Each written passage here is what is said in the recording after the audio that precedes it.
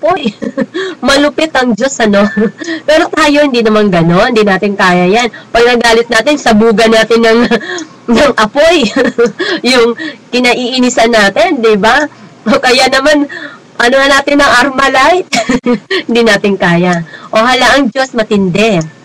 Yung ginawa niya nga sa Sodom at Gomorrah, talaga naman, alab na alab doon ng mga apoy, di ba? Kasi immoral na mga tao doon eh. Gigil na ang Diyos. Ang dami niya nang ginawang kabutihan doon. Ang kulit eh. Ayaw tumigil. Ayan, sinilaban niya nga. Di ba? So ngayon ang tanong, ang ating panahon po natin sa ngayon, nasaan na nga ba?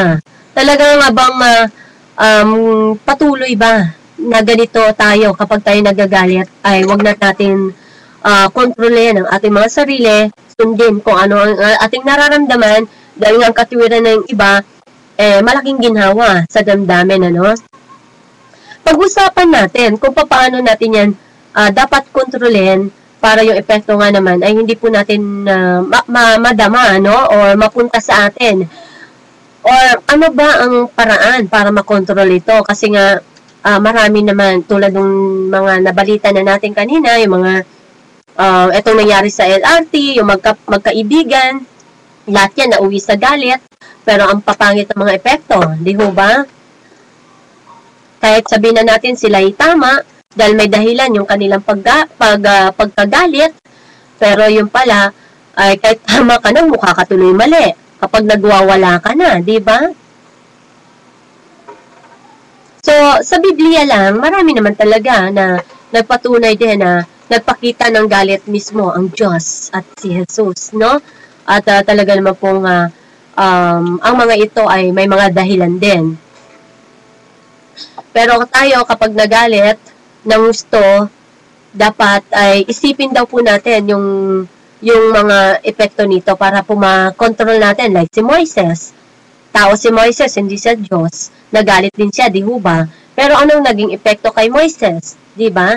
So, maraming nangyari kay Moises dahil sa nag-alab din yung galit niya.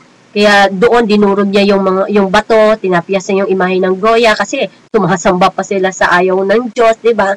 So, pero ang epekto, kahit natama si Moises, nagmukhang mali tuloy. Di ba? Dahil sa pagwawala niya. O mga lingkod na yun ng Diyos, sa mga inutusan na yun, eh tayo pa kaya. Kaya, kung tayo nga na walang ganon katinding kaalaman sa paggawa ng mga bagay na tama, mas malala. Kaya isipin natin kung ang lahat ng tao sa mundo, or dito na lang sa Pilipinas, ay ganon na mga karakter, na talagang pag nagalit, bubulisik talaga ang mga mata, umuusok, talagang walang pakialam kung saan o sino man ang kaharap. Ngayon, ang nangyayari, yung mga nakapakinig, o nakakita, sila po ang naapektuhan, ang gulo-gulo, di ba? Nandiyan yung masisira kung ano ang mga ari-arian, at maaaring masaktan yung mga kamay, ha? Pero tandaan na ano ang epekto ng kanilang pag-aburido na ito, ha? Yung sa pag-ibig, paggalang sa kanilang asawa, ano nagiging epekto? Tandaan natin, ang dingding na kanilang sinuntok o nasira ay pwedeng ayusin yan ng ilang araw, di ba? Yung mga kamay nila na namamaga, pwedeng magamot yan ng ilang araw din. Pero, gaano katagal matatamo nila yung tiwala at paggalang ng kanilang mga nasaktan? Kaibigan man o asawa man. Di ba? Natanim na yun sa damdamin at puso. Yun po ang mas matindi na hindi po natin namamalayan. Yung mga makasakit ka ng damdamin. Okay lang po kung mala Jesus o sa Diyos ang ginawa natin pagsakit, pagtama, dahil pagtutuwid yun. Diba? At may karapatan sila dahil sila ang Diyos. Alam nila ang ginagawa nila. Pero tayong tao po, napaka-ordinaryo lang natin. Pag tayo ay manakit, magbitaw lang ng napakasakit na salita at duruin ka lamang, tagos na sa ating puso yun. Hirap na hilumin yan, di ba? Andyan na yung iba. Kaya nga may mga dating mabuti, naging masama kasi gumaganti rin. Nagtanim na ng galit nagtanim na ng pagganti. Gaganti ako, sasabihin niyang ganon. Manda ka sa akin, pagdating ng panahon, duduruin din kita. Diba? So nagduruan na. Naubos ang mga kayamanan, nagdemandahan na tuloy. Diba? So, dahil lamang sa bugso ng damdamin na hindi po kayang mapigil. Kaya po, nako, medyo po, medyo magpigil po tayo ng konti dahil nga ang problema nito ay laging nasa huli. Alam niyo po ba, yung ibig sabihin ng puot, na itong salitang ito ay malibit gamitin ay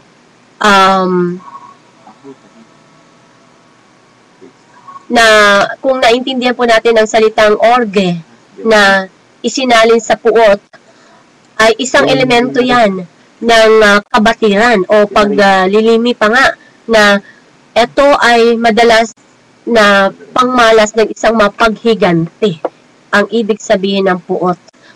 Kaya kapag tayo ay napuot, nako, delikado na po tayo. At ang pagganti, batas ng Diyos, batas ng tao, ay delikado po tayo dyan. Marami tayo nakikitang nahuhuli ngayon ng mga kriminal. Laging sinasabi, gumanti lang. Pero tapos na, di ho ba? Okay, may panawagan po tayo sa ating kaibigan, Miss Juby de Guzman. Happy morning sa iyo, Miss Juby. Happy morning. Okay. Okay.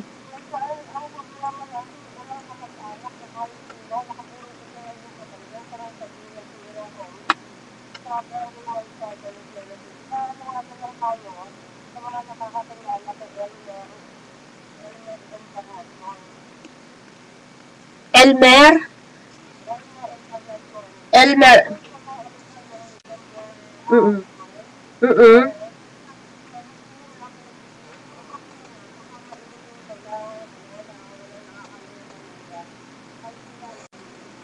Ayan, so panawagan yan, ano? Oy mga kapamilya, ang namatay si Elmer Ercan.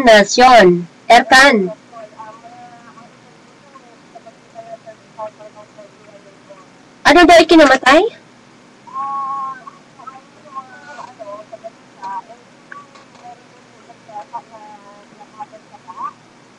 Nababad sa baha, baka naman pinatay. Naku, wag naman.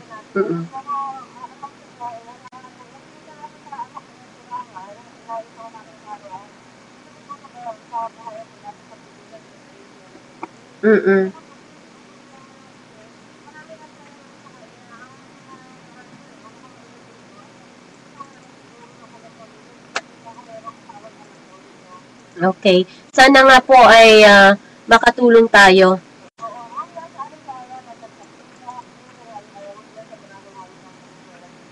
Ayan. Maraming salamat sa panawagan mo, Miss Juby. Salamat. Okay, at sana nga po yung pamilya ni Elmer Ercanacion ay masilip niyo po sa Valenzuela City or sa Facebook na inyong lingkod din po. Ipopost po natin muli itong panawagan.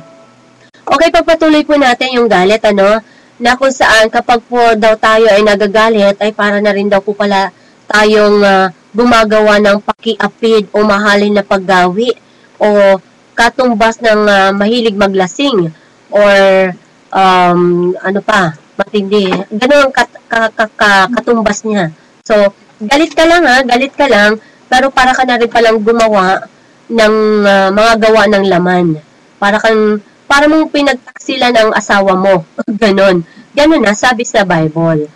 Sa talata 19. Pero sa tao, ganon din naman, may batas din po tayo dito na yung cybercrime. Kaya nga po, na naibalik na yan at gustong palawigin dahil marami po ang hindi po masyadong narespeto ang ating kapwa. Di ho ba? Na talaga pong ang pagbubuli ay talagang mahirap po yan, masakit sa damdamin. Maaari makakawala ng dignidad sa isang tao. Kaya nga po, pinakamahalaga sa lahat ay talagang alisin itong mga asal hayop na ito dahil hindi po yan asal tao ng pambubuli or pang bubulyaw, no? Na hindi dapat nating gawin. Sa katunayan nga po, talaga namang ang mga saloobin natin ay dapat po parisan natin ng magagandang bagay. Ano? Itaboy ang mga asal hayop dahil po ang mga ito ay nako, marami pong magiging sanhi ng problema. Ang tanong, paano nga ba na mapigil talaga yung mabilis o pabulusok o paglukso ng ating kapahamakan na ito?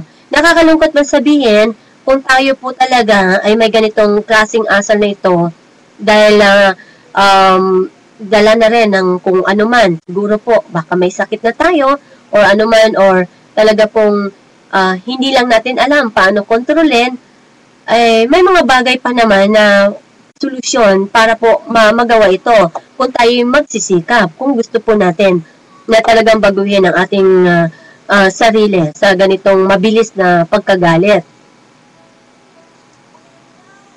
Tandaan, yung duro ng mga daliri ay napakasakit at ang resulta ng asal hayop ay napakahirap at tandaan natin, ang hayop walang ginawa yan, kundi manipa, di ba, Miss Vine? Sipain ka ng sipain.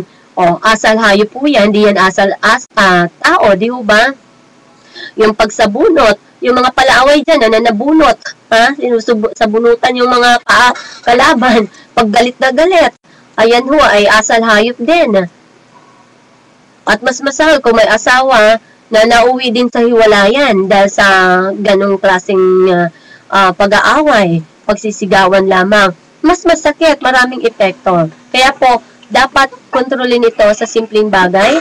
Isipin natin yung batas ng tao at sa batas ng Diyos na siya pong makapag-pigil nito.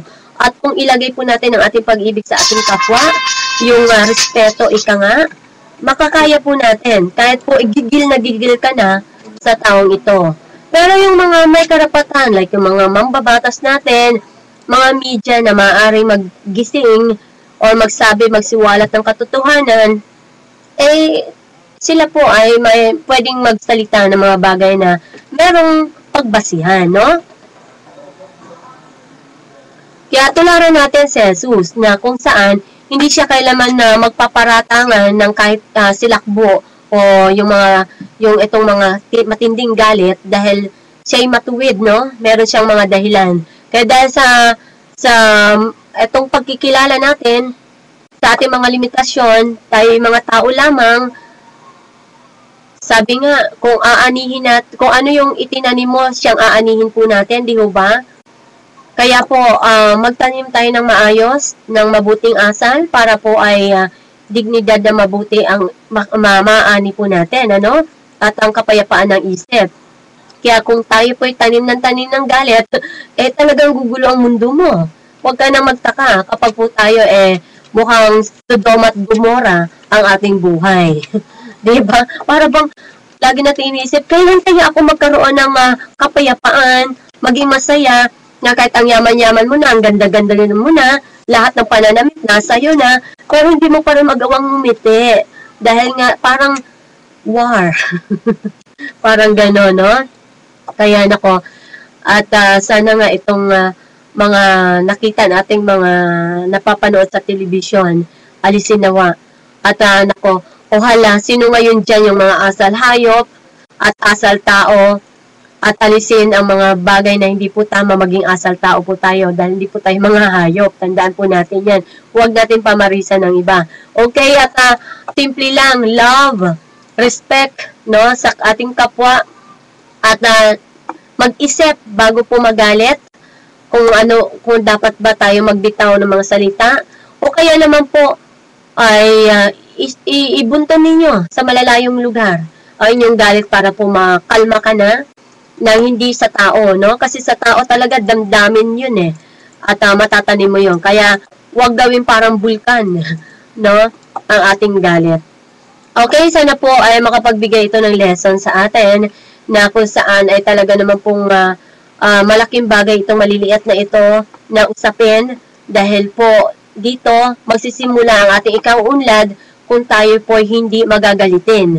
Magalit man tayo ay nasa tamang lugar, di ba? O kaya naman lahat ay napag-uusapan, kahit galit ka na gigil ka na, pwede namang sabihin natin na, oy, galit ako sa'yo, mag-usap tayo. Di ba? Ang lahat na uwi sa magandang usapan. Pero kapag nagwawala ka na, ha? O ano-ano pinaggagawa mo, at post ka ng post sa Facebook at sino-sinong pinagbungangaan mo dyan at kung ano pa. Ngayon ang epekto, ang daming nadamay. Nagmumukha ka sira ulo or asal hayop. Diba? So asal tao. Asal tao is nakikipag-usap ng mahinahon. Galit ako sa'yo. Chris, galit ako sa'yo. Pwede ba mag-usap tayo? Anong sagot mo, Chris? Ayoko!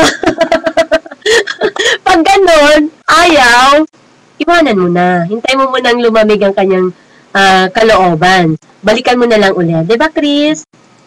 Kasi respect nga eh. So, malay mo high blood talaga. Oh, hala, pag-ibig nawa. Mag-ibigan po tayo. Maraming po salamat sa patuloy na sumusubaybay sa programa po natin. Dito po sa DWBL, ito lamang po ang programa na talagang naglalahad ng katotohanan, lalo na sa ating mabubuting asal. At kami po ay... Okay, may pahabol? Okay. So, marami po salamat muli. Akala ko ay may bisita tayo. Sa every Friday po ang programang Happy Morning. Chris at Elsa, maraming salamat. At sa 94.7 Melo, Happy Morning din po. At sa mga kasama natin sa Hanap Buhay, Miss Juby de Guzman, muli yung panawagan po sa patay at sana po ang pamilya nito ay talagang mahanap na nila ito. Maraming salamat. Magpapaalam na po ang inyong lingkod. Miss Horizon Chaser ng bansa, pag-ibig lamang ang susi ng kapayapaan sa mundo. Bye, we love you all!